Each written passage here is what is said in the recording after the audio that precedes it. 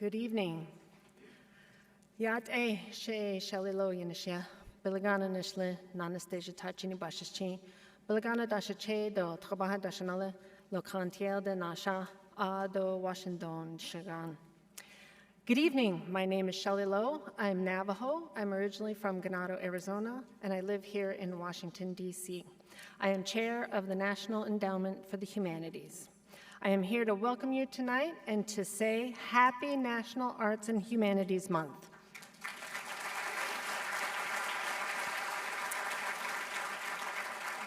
I would like to quickly just say thank you to our Senior Deputy Chair, Tony Mitchell, whose voice you heard speaking to you and asking me to come to the stage. Thank you, Tony.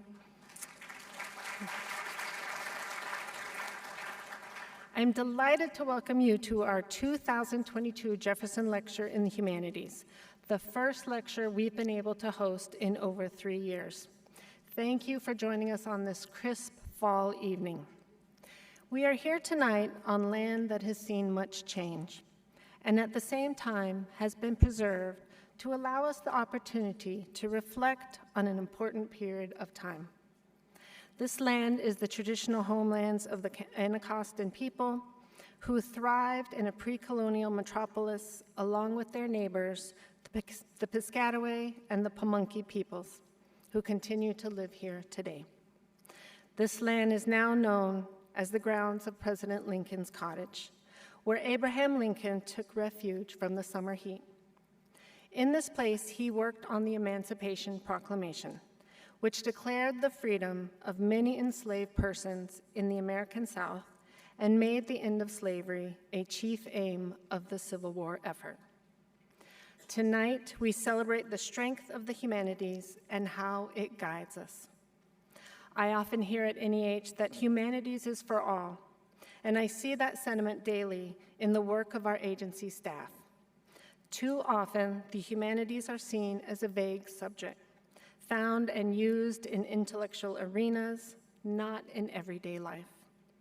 I would like to acknowledge the staff at NEA who work every day to push back on that narrative to make the humanities available to all Americans.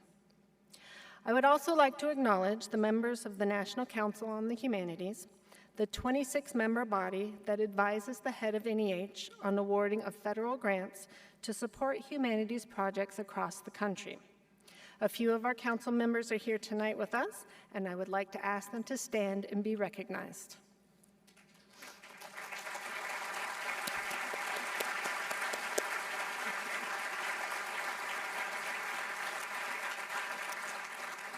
Thank you to our National Council for your service. This event would not take place without gracious support from the National Trust for the Humanities. In addition to supporting this evening and previous Jefferson lectures, they have also produced a stunning commemorative book with Mies Hora called Viewpoints, 50 Years of the Jefferson Lecture in the Humanities. I would like to ask members of the National Trust to stand.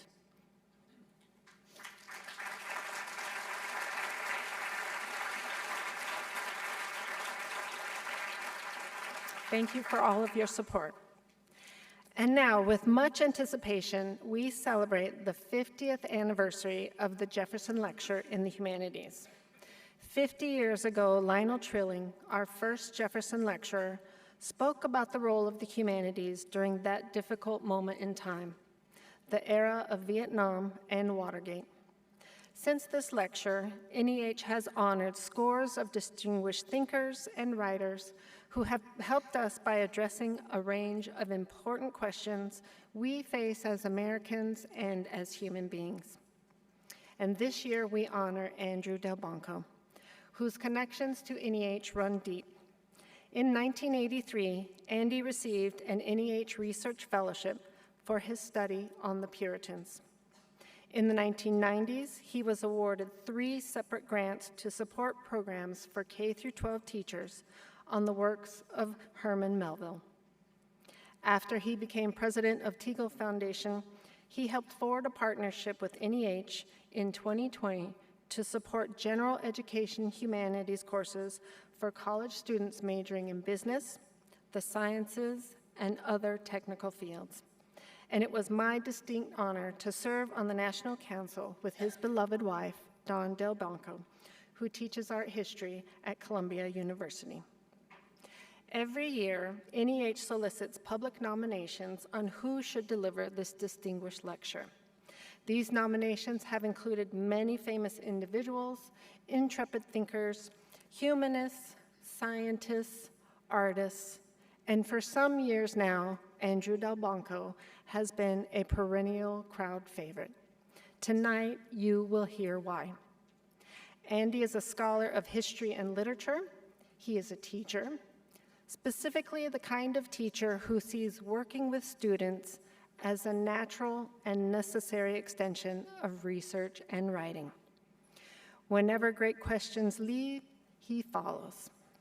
It was his work on the history of slavery just prior to the Civil War that led him to see the question of reparations as a profound one, deserving of the most serious consideration. I know tonight's lecture will be challenging and deeply engaging. I hope you arrived here with curiosity, and I hope more that you will leave this evening full of perspectives drawn from the humanities that will help us all think about a different multifaceted question of great importance, a question that deserves our attention. And now, I would like to welcome to the stage Henry J. Siu. Henry is a senior at the University of Connecticut. He has been a Teagle Humanities Fellow and will soon be leading a series of Teagle-supported reading clubs at the University of Connecticut. Henry will be reading Langston Hughes' poem, I Too.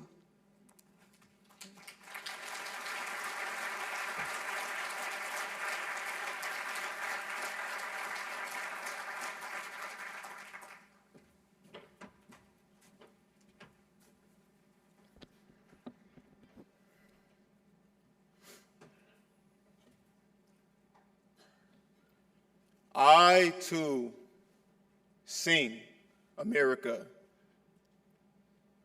I am the darker brother.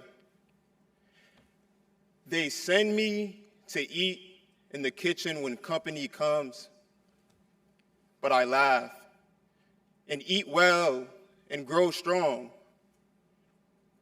Tomorrow, nobody will dare say to me, go eat in the kitchen then. Besides, they'll see how beautiful I am and be ashamed, for I too am America. Thank you.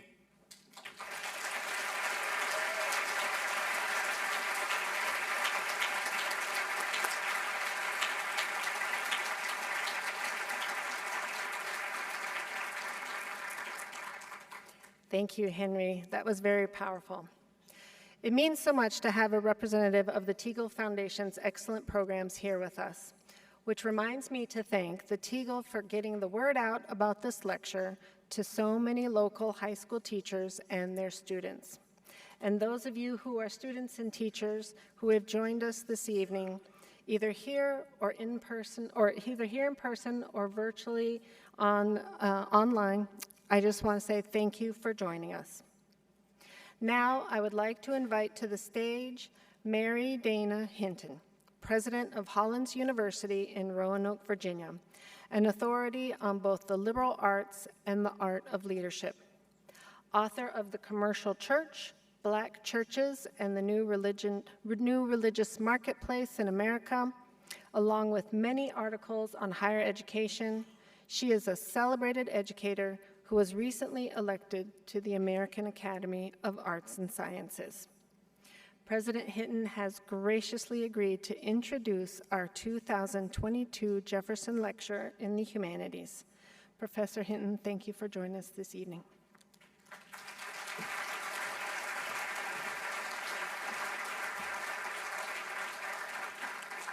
Good evening.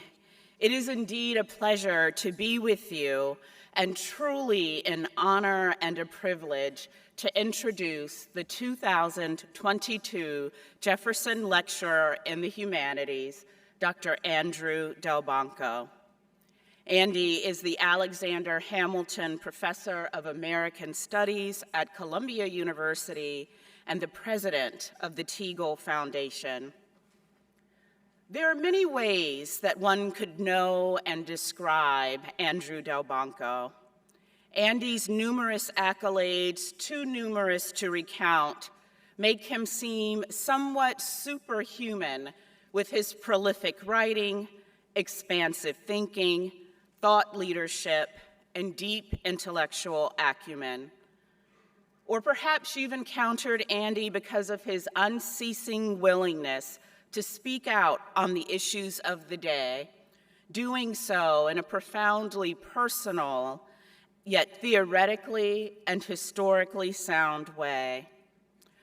Or perhaps you know Andy because you and 200 of your higher ed colleagues were trapped with him in a tornado shelter for 2 hours one July evening, though I suspect I may be the only one here who knows that Andy.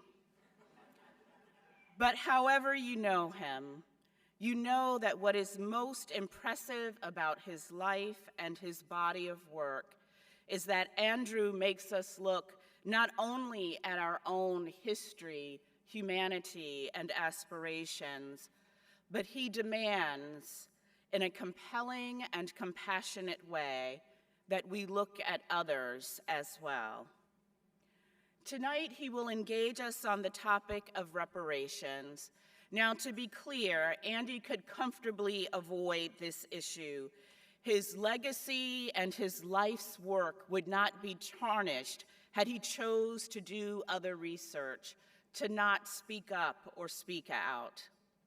Long before he wrote The War Before the War, Fugitive Slaves and the Struggle for America's Soul, from the Revolution to the Civil War, Andy was noted as America's best social critic and received a Great Teacher Award from the Society of Columbia Graduates. He holds the National Humanities Medal bestowed by President Obama and is a member of many noteworthy academic societies.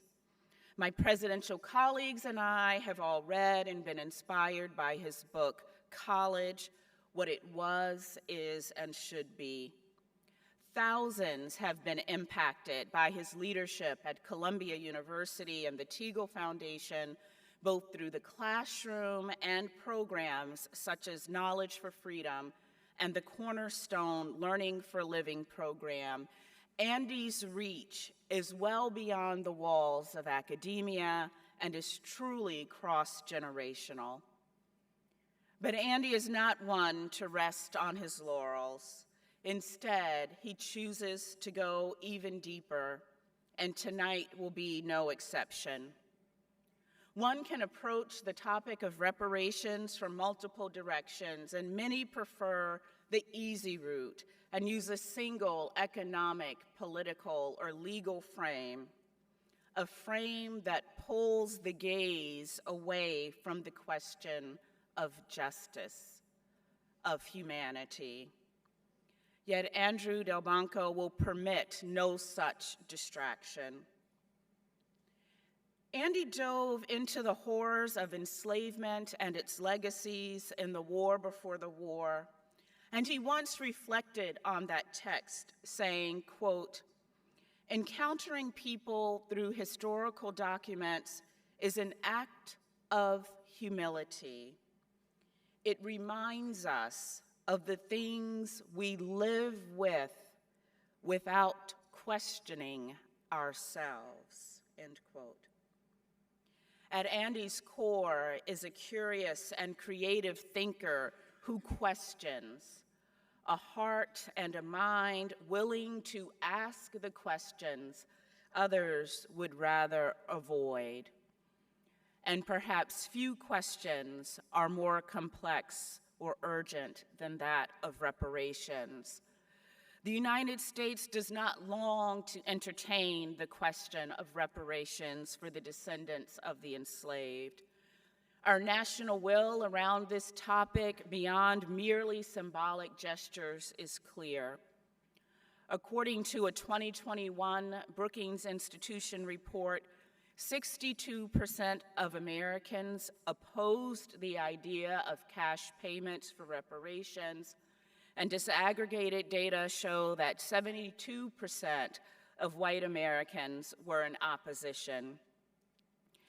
Our nation is so opposed to the idea that the very proposal of a government panel to explore the question of reparations for African Americans has been stuck in the House of Representatives, Bill H.R. 40, since 1989. What are the things we live with without questioning ourselves? I will gingerly assert that the reluctance to even engage in the conversation further perpetuates the injustice of enslavement, but I will boldly state that this reluctance is what prompted Andy to ask the question. And the need for the question and conversation about the consequences and ongoing legacy of enslavement are real. It was recently suggested that reparations equate with stealing, and that those who would benefit, people who look like me, were cast as criminals. For some, the question of reparations is stalled in hateful rhetoric.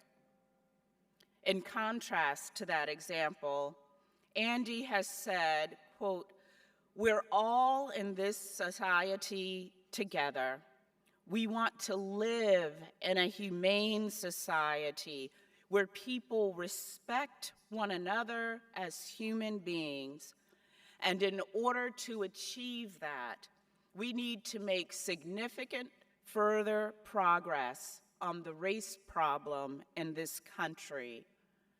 We want to be a decent society, and part of the decency is to recognize our history and to try to make, in a moral sense, reparations for it," end quote. In sum, to know Andy Delbonco is to know that his life is one in which he questions the world and asks that we find a path forward where each human being experiences respect and decency. Andy's life is concerned with and reflects a deep commitment to the notion of a shared humanity, to the responsibilities of a shared humanity, and to hope for a shared humanity. Andy once said he could travel in the imagination to places physical and spiritual where he had never been.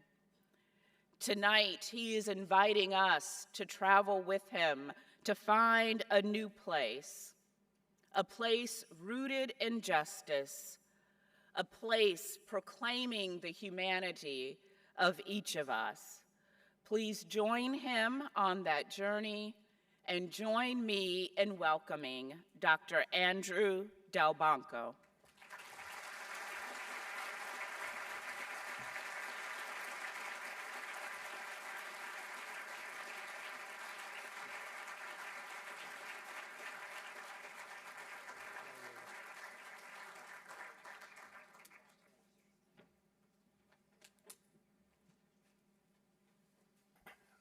I'm more than a little overwhelmed by those remarks. I'm wearing a microphone as opposed to using this one. Am I audible? Is that okay? All right. Give me a second to do a little housekeeping here.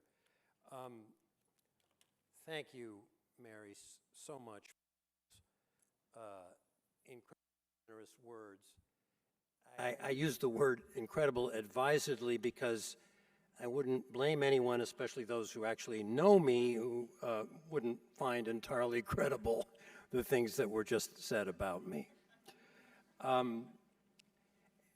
They say it's hard to make new friends as one grows older. As Mary implied a little bit in a veiled way, I first met her in a tornado shelter.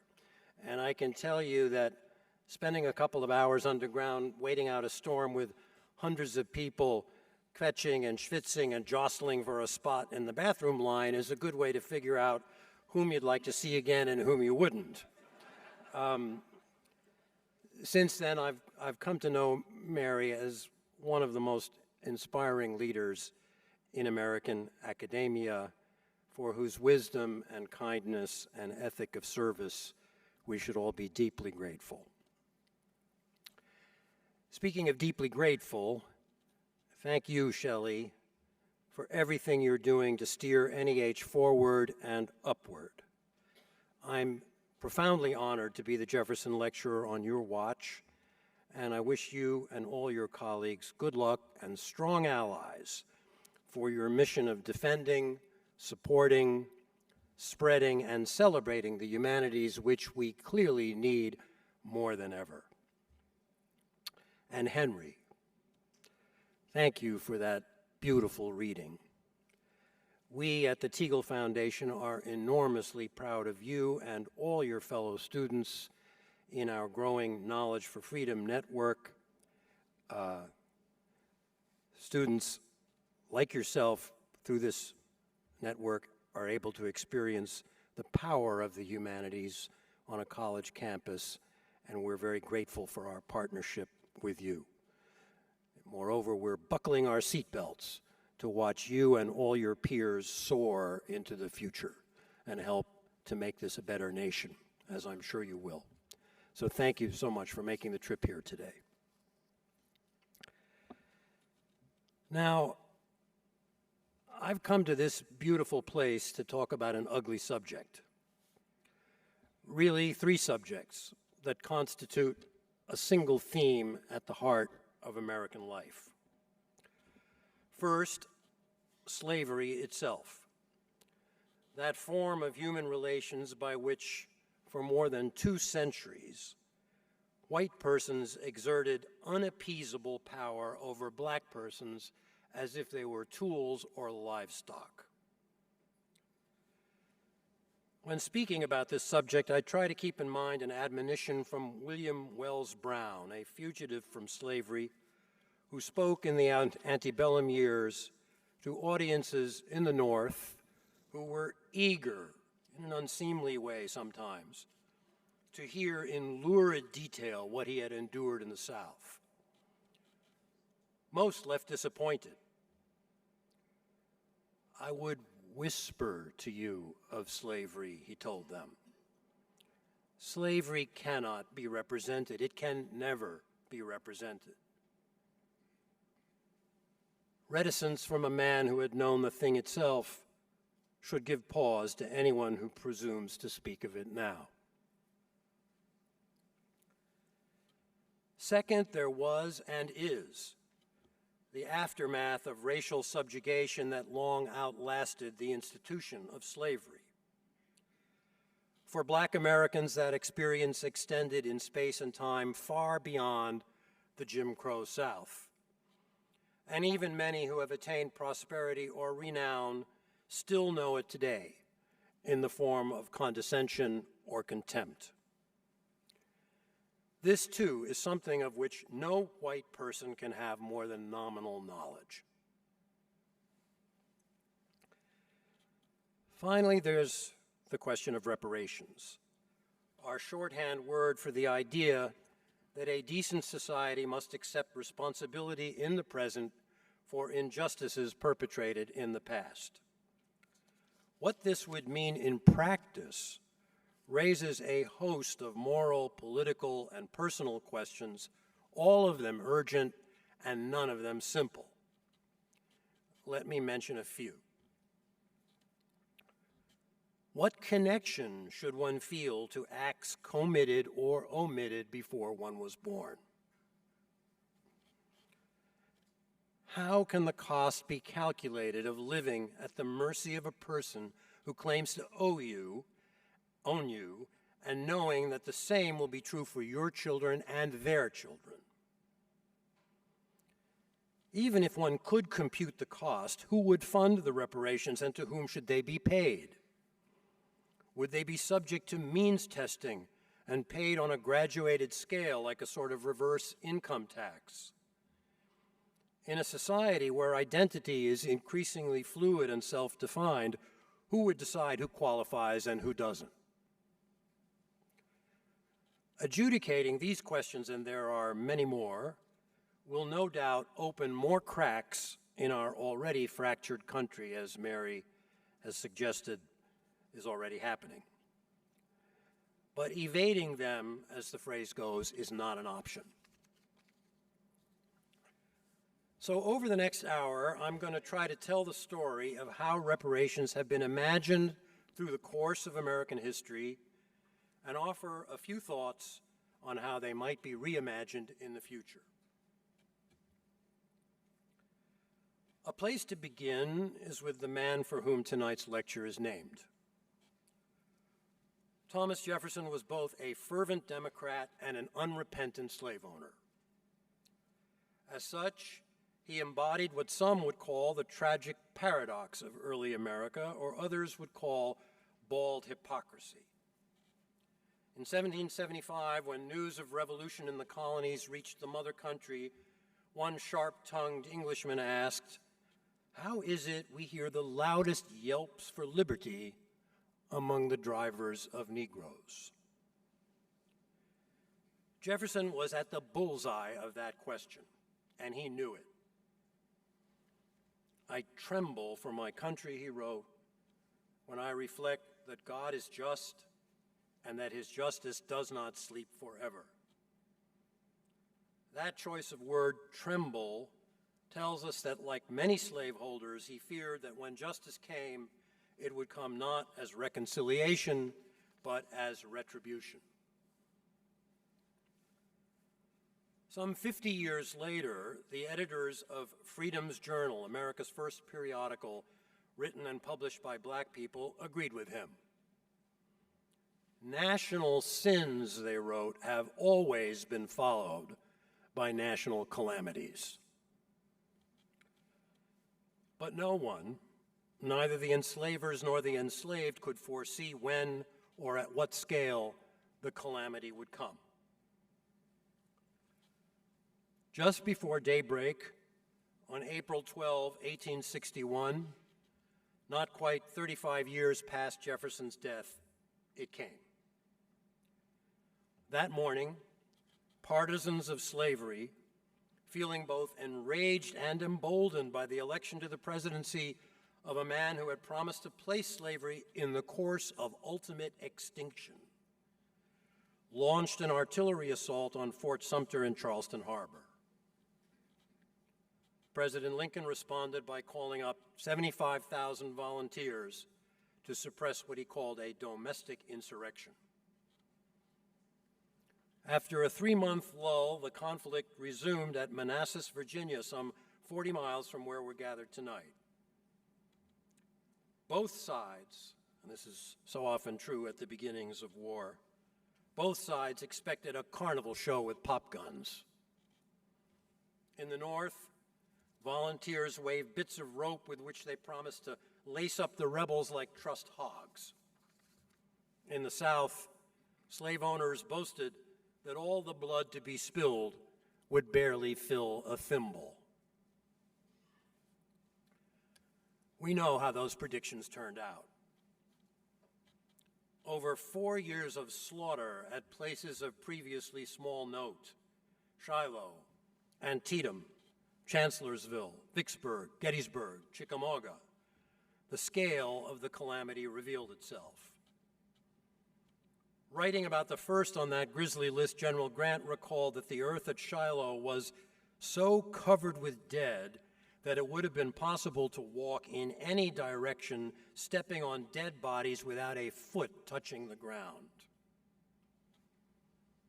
Before the war was over, at least 750,000 bodies, equivalent to some 8 million today, had been put under the ground, including roughly 70,000 black soldiers who gave their lives fighting for the Union, not to mention countless formerly enslaved persons who, abandoned by their former masters, died of disease or starvation.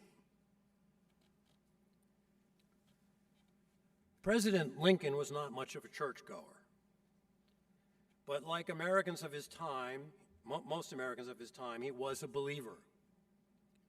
In his second inaugural address, delivered on March 4, 1865, on the steps of our recently desecrated Capitol, he quoted Matthew 18, "Woe to the man by whom the offense cometh," to say that suffering on such a scale could only be due to the righteous wrath of God.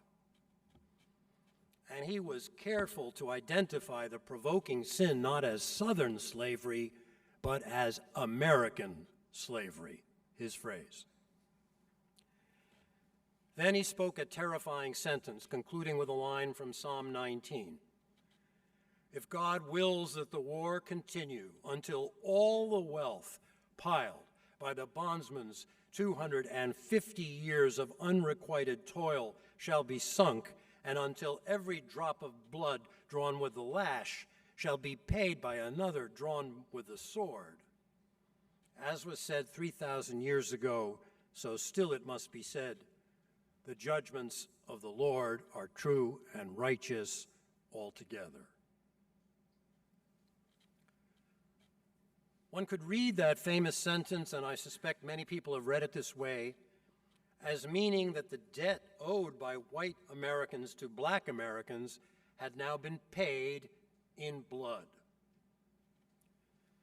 We don't know how Lincoln, had he lived, would have tried to reconstruct the shattered nation, but we do know enough to doubt that he regarded the bloodletting as a full accounting. Years before the first shots were fired, the black writer and abolitionist Martin Delany had called for a national indemnity for the unparalleled wrongs, undisguised impositions, and unmitigated oppression endured by black people since the first enslaved Africans arrived in the 17th century. The most egregious wrong, slavery itself, was dealt a blow early in the war by the Confiscation Acts, then fatally wounded by the Emancipation Proclamation, and finally killed off by the 13th Amendment. But with slavery destroyed, the nation was left with an unanswered question. In what currency could the indemnity possibly be paid? Some thought that formerly enslaved persons should be offered what one legal scholar, drawing on the tort law concept of compensatory damages, has called pecuniary solace for the past. In fact, there already existed a tradition of paying damages in the context of emancipation, but this tradition stood in obverse, or better to say perverse, relation to what we think of today as reparations. It was about money flowing not to the formerly enslaved, but to their former enslavers. After the American Revolution and the War of 1812, slave owners demanded restitution for human property that had fled to or been seized by the British. President Lincoln himself tried to convince the relatively few slaveholders in Delaware to accept payment in exchange for manumission, but they balked. As part of the Emancipation Act, abolishing slavery right here in Washington, D.C., Congress appropriated $1 million, a lot of money in 1862, for compensating slaveholders for their loss. After the war, some formerly enslaved persons tried to get the money flowing in the other direction, that is, from rather than to their former masters. In the summer of 1865, Jordan Anderson, who had been liberated by the Union Army in Tennessee and found refuge in Ohio, received a letter from his former master asking him to come back home to help with the autumn harvest. He was assured that this time he'd be paid for his labor. Though Tennessee had been one of the few slave states where it was not illegal to teach a slave to read, he was illiterate. So with the help of the man for whom he now worked, he dictated his reply. As in so many writings by fugitives, his resilience is manifest in his humor. Dayton, Ohio, August 7, 1865. To my old master, Colonel P.H. Anderson, Big Spring, Tennessee. Sir, although you shot at me twice before I left you, I did not want to hear of your being hurt, and I'm glad you're still living. At the end of the letter, he adds a flourish and a P.S. Say howdy to George Carter and thank him for taking the pistol from you when you were shooting at me. In between, no doubt assisted with the numbers by his employer, he got down to business. I served you faithfully for 32 years, and Mandy, my wife, 20 years. At $25 a month for me and $2 a week for Mandy, our earnings would amount to $11,680. Add to this the interest for the time our wages have been kept back, and deduct what you paid for our clothing and 3 doctor's visits to me and pulling a tooth for Mandy, and the balance will show what we are in justice entitled to. Please send the money by Adams Express in care of V. Winters, Esquire, Dayton, Ohio. He knew, of course, that he would never see a cent. But even as Anderson and many others talked into the wind, the idea of money reparations was evolving into the idea that the federal government should provide formerly enslaved persons with grants of free land. As W.B. Du Bois put it in his great history of Reconstruction, hope arose, naive hope as it turned out, that all the chief problems, this is Du Bois, that all the chief problems of emancipation might be settled by establishing the slaves on the forfeited lands of their masters. Now that may sound like a radical plan out of Mao's China or Castro's Cuba, but in fact there were precedents in 19th century America. In 1862, on the Sea Islands off the coast of South Carolina, which had been captured by Union forces early in the war, the federal government granted to former slaves free housing, modest wages, and basic rations in exchange for cotton cultivation on small plots of land. 3 years later, General William T. Sherman issued his famous Field Order 15, assigning ownership of hundreds of thousands of abandoned acres along the coast from Charleston to Florida to some 40,000 former slaves. But these were wartime measures. As soon as peacetime returned, the poetry of the idea, as Du Bois put it, collided with the prose reality. With the return to power of a federal administration friendly to the white South, promises to the freedmen were revoked, property returned to former Confederate landowners, and the dream of black homesteads, again in Du Bois's words, melted quickly away. Toward the end of his life, Frederick Douglass bitterly remarked that when the serfs of Russia were emancipated, they were given 3 acres of ground upon which they could live and make a living. But not so for America's slaves, who were sent away empty-handed, without money, without friends, and without a foot of land upon which to stand. Land, of course, was not the only essential asset of which black people had been deprived. Education was another. Let us atone for our sins, wrote the leaders of the American Missionary Association, by furnishing schools and the means of improvement for the children upon whose parents we have inflicted such fearful evils. It was too late for the parents, but perhaps the children might be saved. This, too, proved to be a dream deferred.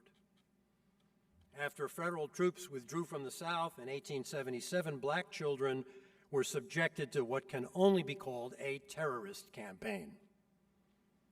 Parents who dared send their children to school were fired by their employers. Teachers and students were beaten. Schools were torched. And even when terror abated, black schools were always and grossly underfunded. as late as 1912 in Lowndes County, Virginia. For every dollar spent on education for a black child, $33.40 was spent for a white child. By 1950, the disparities had narrowed but remained enormous. In Mississippi, black public schools received approximately $32 of state support per student, while white schools received roughly 4 times as much. When it came to funding education, black Americans got the table scraps. And once the struggle against separate and unequal schools got underway, black children were greeted by police dogs and fire hoses in the South and by obscenities and white flight in the North. And so the debt owed by white America to black Americans continued to accrue. It grew through the sharecropping system that locked agricultural workers into inescapable cycles of debt. It was compounded by the system of convict labor by which black men were snatched off the streets for such putative crimes as vagrancy and forced to work unpaid in factories or mines. It persisted into the 20th century as the United States built the semblance of a welfare state from which millions of African Americans were excluded. A signature program of the New Deal, the Social Security Act of 1935, exempted agriculture and domestic laborers who, in the South, were overwhelmingly black. Black military veterans were excluded too, not de jure but de facto, from the Servicemen's Adjustment Act of 1944, better known as the GI Bill. At just the moment when a college degree began to supplant the high school diploma as the minimum credential for entering the middle class, most black veterans who came overwhelmingly from the South failed to qualify because their schooling had been negligible or because no matter how qualified they might be, most colleges would not admit them. Now, the larcenies I've enumerated so far were measurable forms of theft that help explain why black Americans have owned so little that could be passed on to their children, and why the average assets of black families today trail so far behind by roughly 700% those of white families. But there's another list of immeasurable injuries. Frat boys posing in blackface. Black men shoved aside so white women might pass on the sidewalk. Beaches segregated to keep black bodies deemed noxious or sexually enticing away from white bodies. And of course, the ghastly regularity of beatings and lynchings. These pathologies haunted black writers such as Richard Wright, who wrote of them with icy rage, and James Baldwin, who wrote of them with sorrow and pity, as when, flying into Atlanta over woodland, he imagined that the rust-red earth of Georgia acquired its color from the blood that had dripped from lynched bodies hanging from these trees. In this capacious literature, one recent instance stands out for me. In her book, The Warmth of Other Suns, Isabelle Wilkerson writes of an elderly black man, George Starling, whom she interviewed at his home in Harlem around 1990. Mr. Starling recalled going as a boy some 70 years earlier to the local drugstore in his hometown of Eustis, Florida, with the plan of buying an ice cream cone. The pharmacist liked to greet his black customers by addressing a question to a little terrier he kept with him in the store. "What would you rather do?" he'd ask the dog. "Be a N-word or die?" At which point, the well-trained pet would flip onto its back, shut its eyes, and play dead. For white patrons, this canine comedy act was hilariously entertaining. for black children, there is no fathoming the damage it did to their souls. This appalling history, of which I've given only a bare minimal sketch, makes the moral case for some form of reparations irrefutable. But it doesn't answer the political question of whether reparations in any conventional sense are or ought to be conceivable.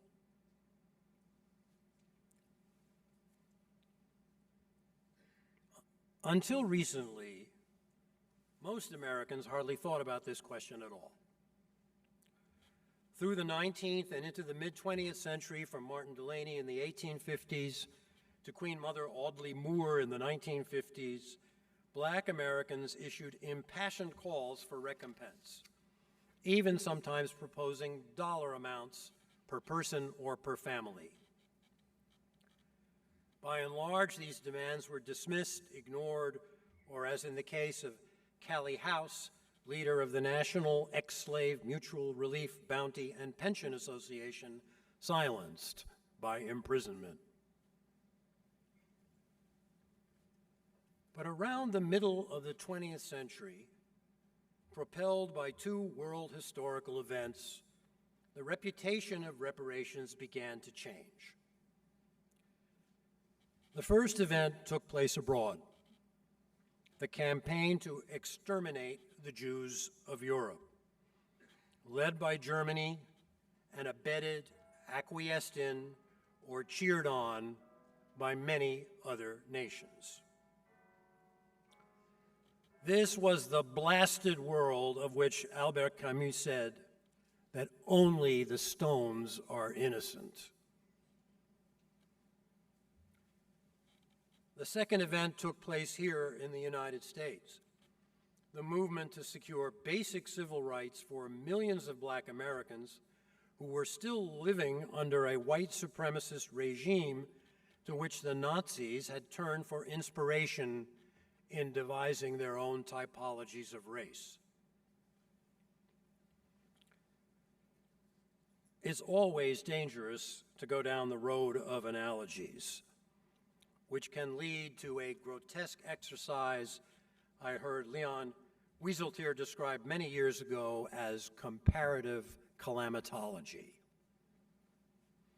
There is no ranking system for crimes against humanity.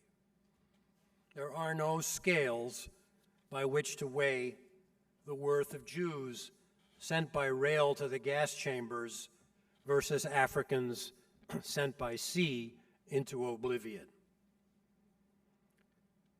In thinking about history, differences are always more salient than commonalities. One difference is that for some fraction of the victims of the Nazi crimes, reparations entailed calculating the value of homes lost, businesses seized, artworks stolen. Whereas the victims of slavery, by definition, owned nothing, including themselves. Slave owners, moreover, had incentive to keep their human chattel alive, whereas the Nazi murderers assessed their success by the efficiency of the killing. Yet these two crimes, hideously unique as they were, rooted in distinctive traditions of bigotry and hate, one committed largely out of public sight, the other carried out openly while masquerading as a form of benevolence, confront us with a common question. Once the horror stopped, what did these societies owe to the survivors and their posterity?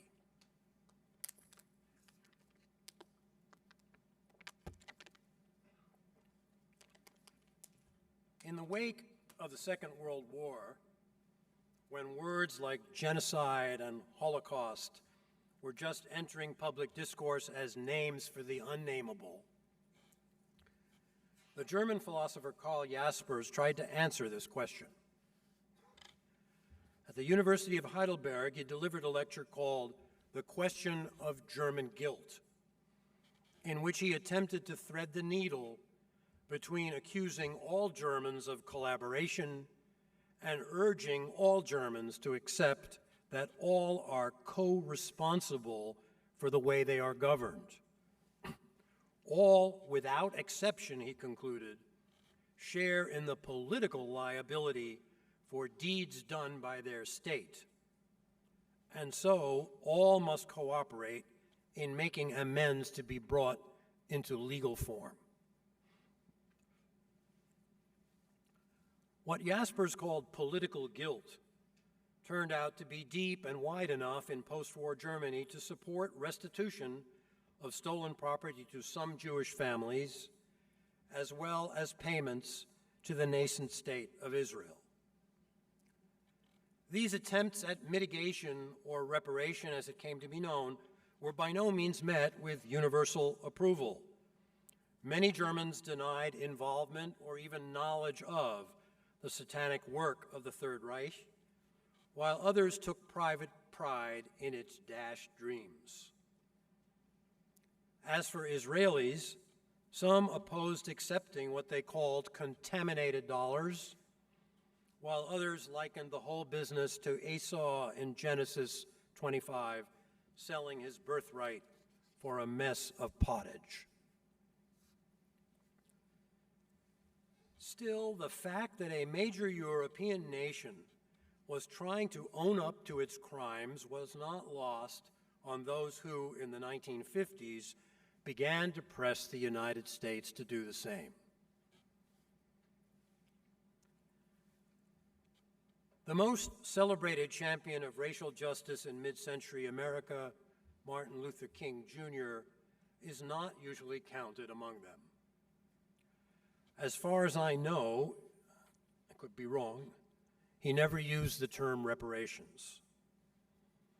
When he did speak about the past, it was with fierce but abbreviated anger, as when he remarked, not long before his death, that a society that has done something special against the Negro for hundreds of years must now do something special for the Negro. Dr. King was as free from recrimination as any justly aggrieved person can be. But he knew that in the absence of redress, time alone does not erase past injustice. And so in 1964, we find him writing that the ancient common law has always provided a remedy for the appropriation of the labor of one human being by another. This law should be made to apply for American Negroes. The payment should be in the form of a massive program by the government of special compensatory measures which could be regarded as a settlement in accordance with the accepted practice of common law. King was joined in this view by others with whom he's not usually associated, such as Malcolm X, who around the same time reopened the land question by demanding a black national homeland, pointing out that a country that provided lavish foreign aid to Europe and Latin America had no excuse for failing to do the same for people whom it treated as foreigners on its own soil. James Forman, speaking in 1969 from the pulpit of Riverside Church in Upper Manhattan, called upon white churches and synagogues to put up $500 million as a kind of jumpstart for a national reparations program. Such a monetary approach was encouraged not only by the German precedent, but also by homegrown efforts in the United States. In 1946, the same year that Jasper spoke at Heidelberg, Congress created the Indian Claims Commission as a mediator between Native Americans and the federal government. Since then, from Alaska to North Carolina, several $billions have been paid out by federal and state governments in settlement of land claims. It's a big-sounding number, but in aggregate it amounts to around $1,000 per person. Payments were typically made to tribes or individuals through land trusts that dispense funds earned by lease or sale. In some cases, land was transferred to private corporations in which claimants are awarded shares of stock. These arrangements almost always include a provision requiring the beneficiaries to relinquish all further claim for the return of ancient tribal lands. Another official act of reparation occurred in 1988 when Congress passed the Civil Liberties Act, by which the United States officially apologized to Americans of Japanese descent who had been thrown into detention camps during World War II. Almost 50 years after the internment, payments of $20,000, a sum meager in practice but consequential in principle, were authorized for living individuals, but no provision was made for children of deceased internees, much less for what today we would call descendant communities. As one historian writes, the specter of claims by other groups wronged by the U.S. government loomed in the background of the congressional debates. As some feared and others hoped, that specter has now moved to the foreground. In fact, much of the world, not just the United States, is teeming with reparations talk. Some of it is cynical, designed to inflame resentment among the supplicants, as in the demand by Poland's ruling party that Germany compensate Poland to the tune of $1 trillion for its invasion and occupation 80 years ago. Some of it is sincere, such as Mohammed Hanif's anguished call in the face of the recent catastrophic floods in Pakistan for developed nations that pour carbon into the atmosphere to pay the communities that they have helped to drown. Other variations are, so far at least, mainly talking points among public intellectuals, such as Thomas Piketty's call for France to restore to the Haitian government some portion of the staggering sums that nation was forced to pay after independence to indemnify former slaveholders. In our own country, some advocates of reparations propose distributing trillions of dollars to everyone who can demonstrate descent from an enslaved ancestor and who, for some designated period, has identified as black. Heartfelt as they may be, such purely monetary approaches are doomed, I think, to languish in what the human rights scholar Eleazar Barkin, in his book, The Guilt of Nations, calls political fantasy land. They face overwhelming obstacles, competing claims by other groups or nations, rivalry and discord among prospective beneficiaries, not to mention the mind-boggling price tag attached to any meaningful attempt to give back what was taken away.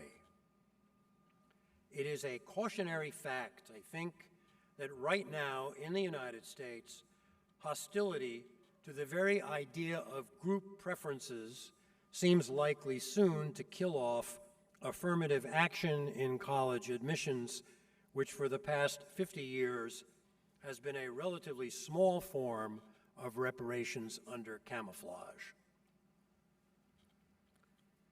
And yet, inspired in part by a powerful essay published by Ta-Nehisi Coates in The Atlantic not quite a decade ago, the question of slavery reparations has been gaining attention across a swath of American life. Led by black intellectuals, including, among many others, William Darity and Kirsten Mullen, Randall Kennedy, Adolph Reed, Ruth Simmons, Glenn Lowry, Robin Kelly, Mary Bassett, John McWhorter, a vigorous debate is underway over what, if any, form reparations should take. Meanwhile, apologies are flowing from universities, municipalities, and businesses for their complicity not only in slavery but in subsequent forms of racial exploitation. Some elite universities are offering tuition waivers to descendants of enslaved persons, as well as to members of federally designated Native American tribes, and making promises to invest in descendant communities. Representatives Clyburn and Moulton have introduced a bill, co-sponsored in the upper house by Senator Warnock, that would provide federal loan guarantees and education subsidies to descendants of Black World War II veterans who were denied their GI benefits.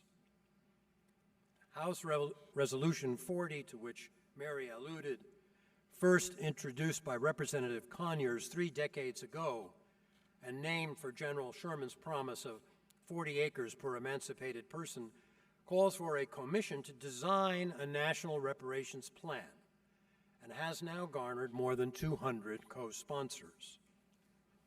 Depending on one's point of view, these are either baby steps or signs that the dam is breaking.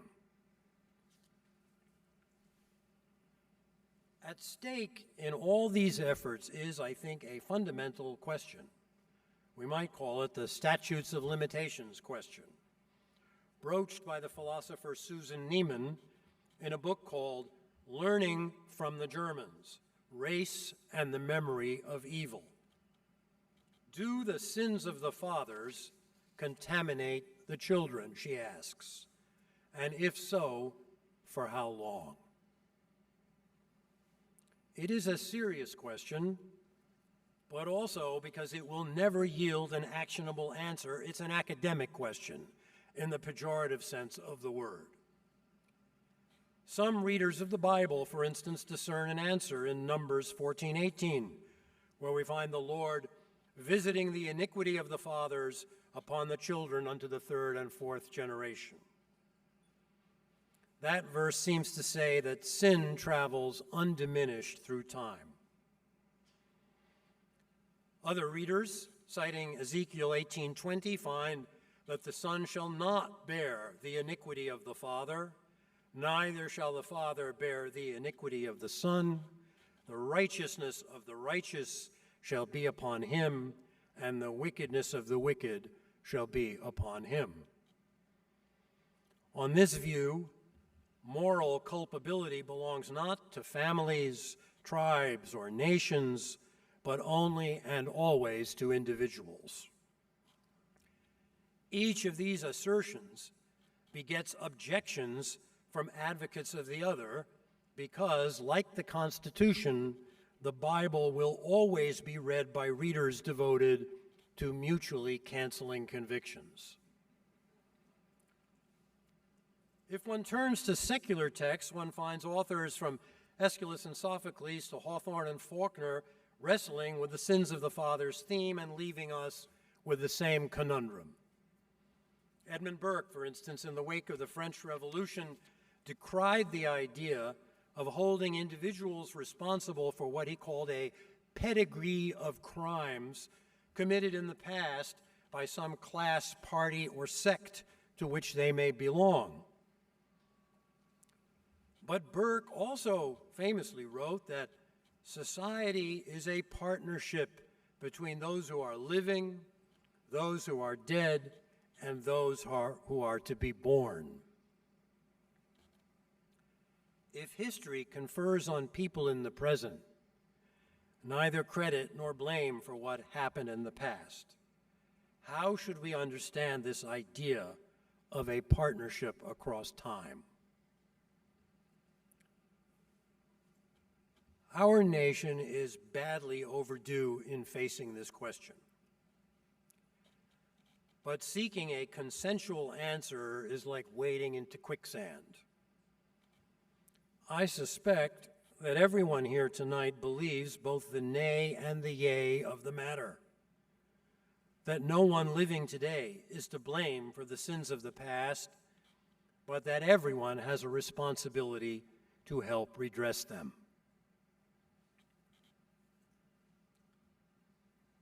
Now, in pondering what this might actually mean, I came upon a book, Reconsidering Reparations, published a few months ago by a young scholar at Georgetown, Olufemi Taiwo, who speaks of reparations not as payback or getting even or settling scores, but as what he calls a construction project.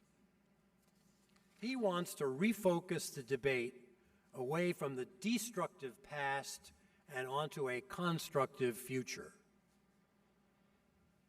What if building the just world, he asks, was reparations? He means, I think, that we must proceed with full awareness that the dire challenges of our time, climate change, disparities in healthcare and education amplified by the COVID pandemic, gun violence, state violence in the form of bad policing, misused and inequitable incarceration, to name just a few, all have disproportionate effect on persons left vulnerable by history, notably, but by no means only, black persons. This version of reparations does not gloss over penalties exacted in the past by racial cruelty, but it looks to a future in which human dignity will count for more and more, and race will count for less and less. Martin Luther King shared this view. Back in the 20th century, when our politics were positively congenial compared to today, he understood that targeted reparations solely for Black Americans was a political non-starter. He correctly predicted, I quote, that many white workers whose economic condition is not too far removed from the economic condition of his black brother will find it difficult to accept a Negro Bill of Rights, which seeks to give special consideration to the Negro and does not take into sufficient account their plight. But such resistance, with which in fact he sympathized, did not dissuade him from the principle of redress itself. On the contrary, he had envisioned something more daring, more ambitious, and more inclusive, an idea of reparations that was not post-racial, but cross-racial. It is a simple matter of justice, he said, that America, in dealing creatively with the task of raising the Negro, should also be rescuing a large stratum of the forgotten white poor. Today, in our age of corporate globalism, I hardly need tell you that a great many white Americans feel as demeaned and discarded as Black Americans and just as forgotten. In the grim metrics of poverty rates, infant mortality, maternal deaths, and childbirth, Black Americans and Native Americans continue to hold the lead. But in the distribution of suffering as measured by other markers such as opioid addiction, alcoholism, and suicide, the racial gap is closing. Not so much because Black or Indigenous people are rising, but because a great many white people are falling toward what the scholars Ann Case and Angus Deaton in a harrowing book call Deaths of Despair.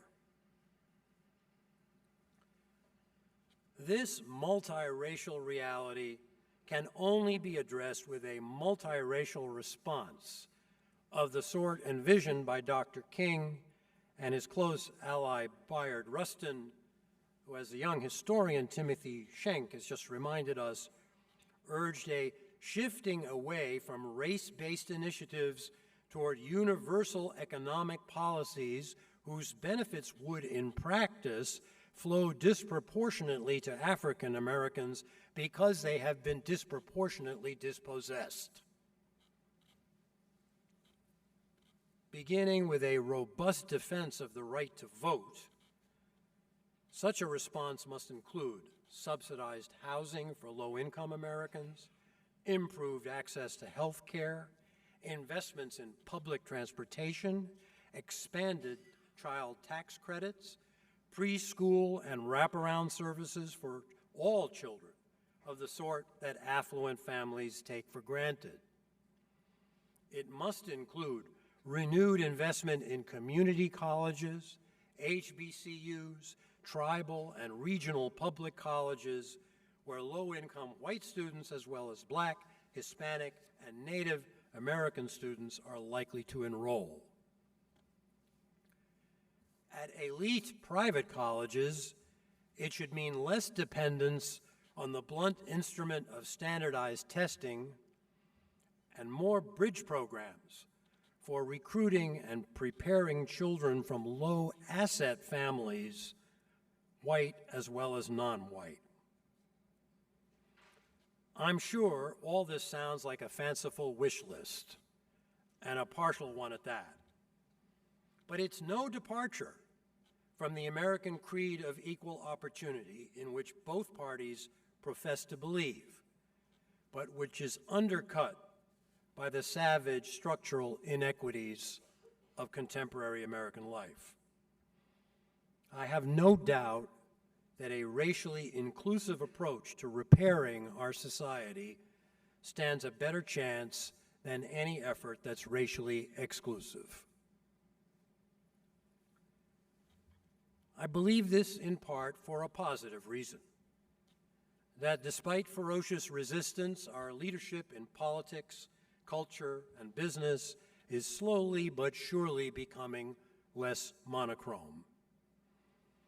I believe it, too, for the negative reason that deprivation and despair observe no racial boundary lines. Politicians have been all too good for all too long at pitting people with small means against one another.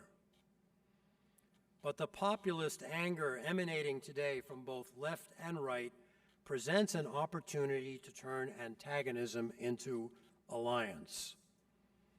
Reparations, narrowly conceived, will stoke anger and resentment. But reparations, broadly imagined, can be a force for unity and reconciliation. I even see hints of progress, if not always under the reparations banner.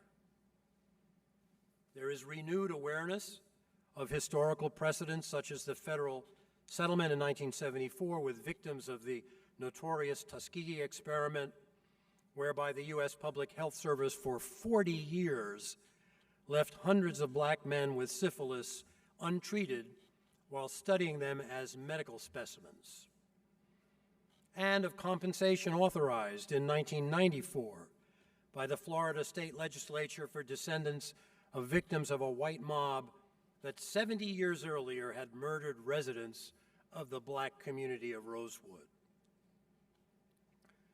The city of Evanston is using a marijuana tax, of all things, to help fund housing grants for Black residents whose families were damaged by redlining or predatory mortgages.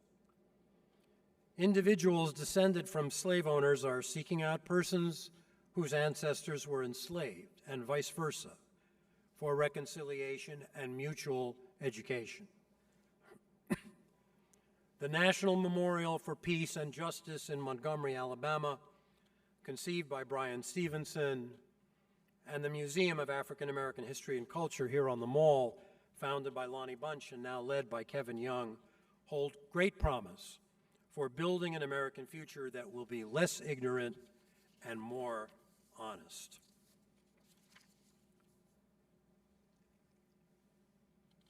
At the core of all these efforts, civic and local, personal and national, is an idea articulated long ago by Isaiah Berlin in his great essay on liberty.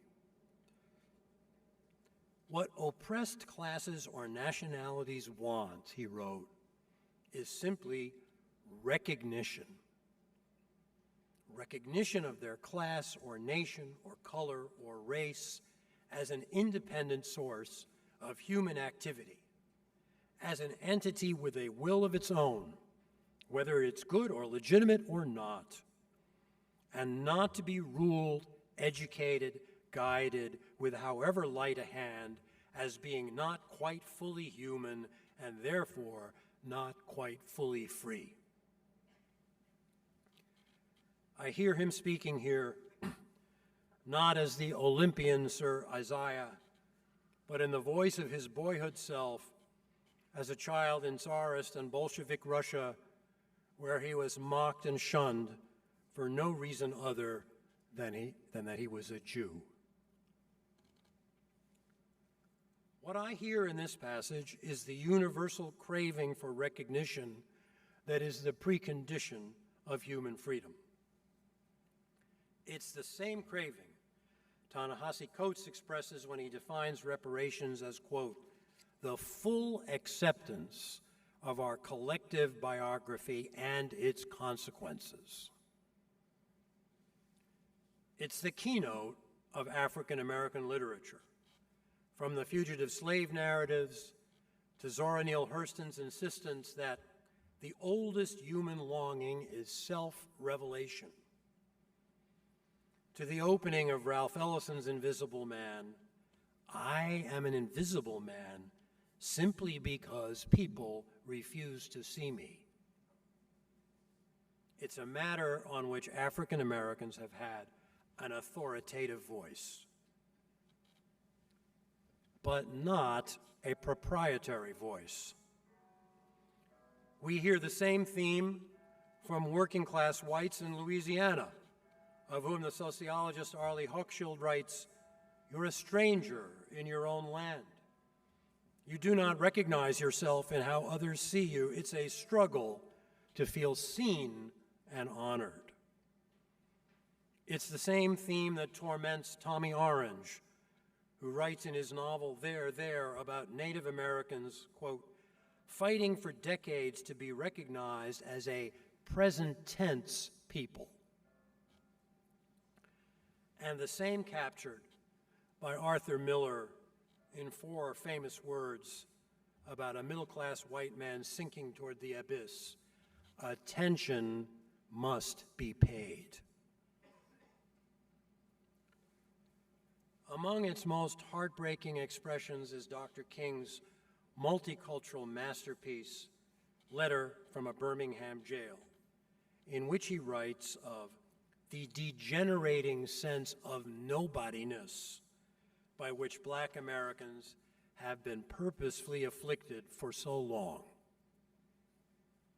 He draws in that work on Socrates, Augustine, and Aquinas, then leaps forward to Niebuhr and Tillich via Jefferson and Lincoln, but his real authority is his 6-year-old daughter.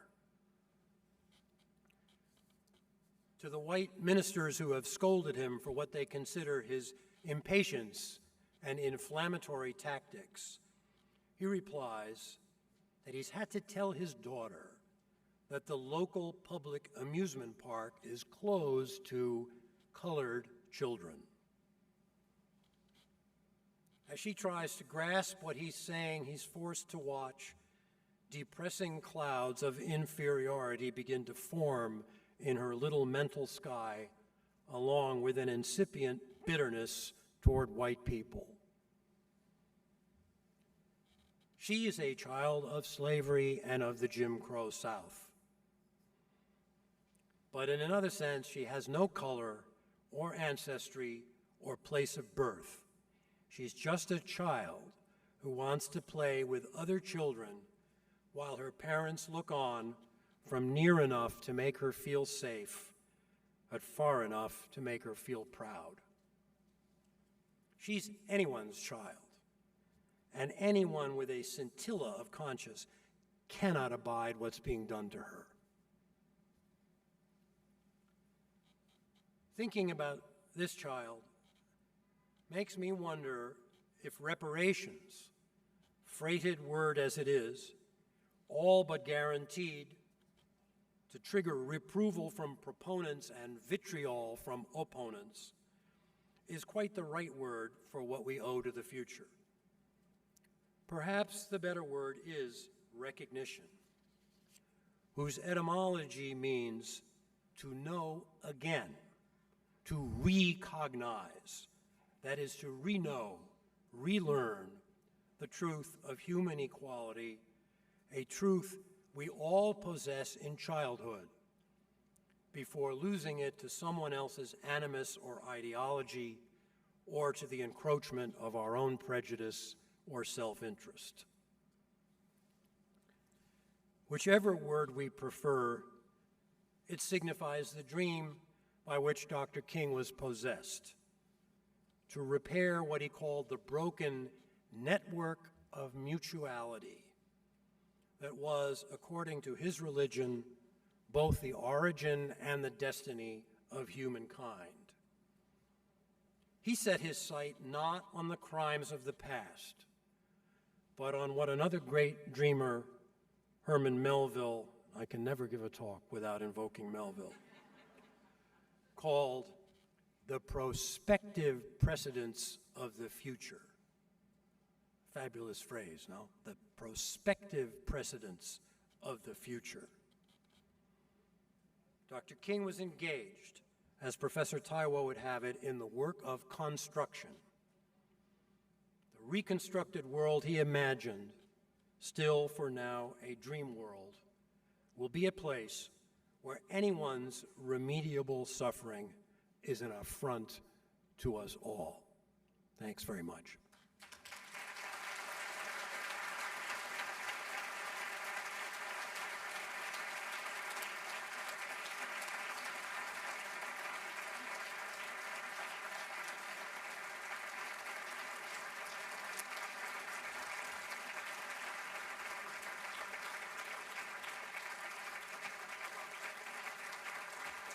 Thank you.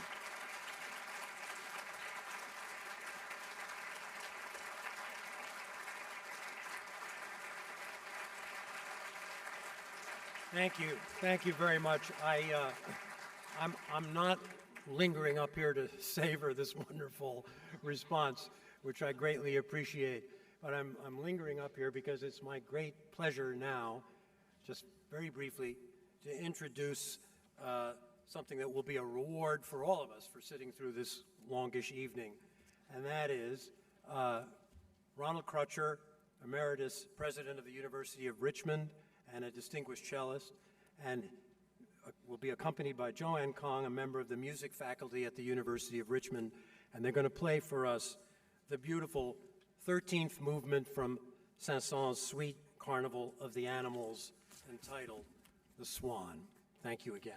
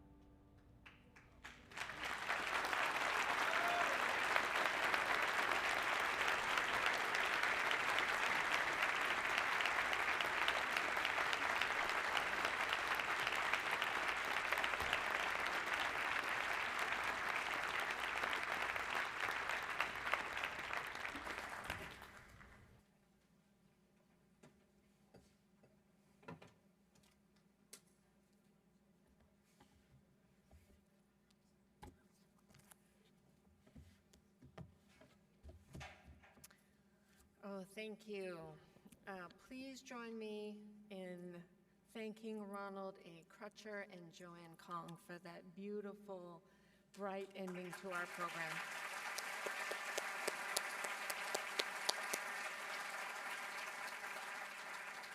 Such an honor to have that performance this evening.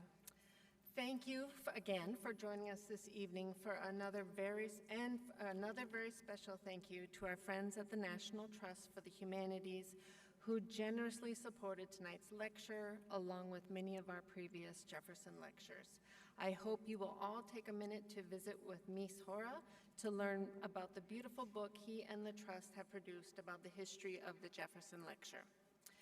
I want to thank Andrew Delbonco once again for this extraordinary evening and for his long service to the humanities and to the goal of clear thinking informed by history and the perspective of others. Please join me in once again thanking Andrew.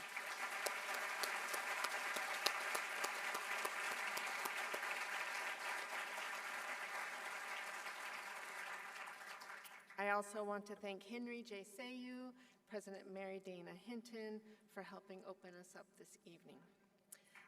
Thank you.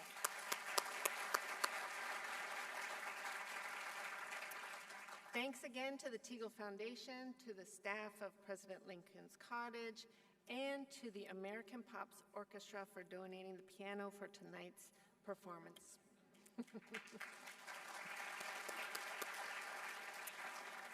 And to the NEH staff, especially those of you who worked to make tonight's event a reality, I want to say a very special thank you to everything that you do. It is my honor to work with each of you. And last but certainly not least, I want to thank our audience here. You may not know this, but I can't really see you because of the bright light, but I know that you're there, and I know Andrew couldn't see you, but I know he knows you were there. We're just so delighted you were able to join us this evening. Humanities really is for all, and you make this work worth doing. Ahiahe, and thank you.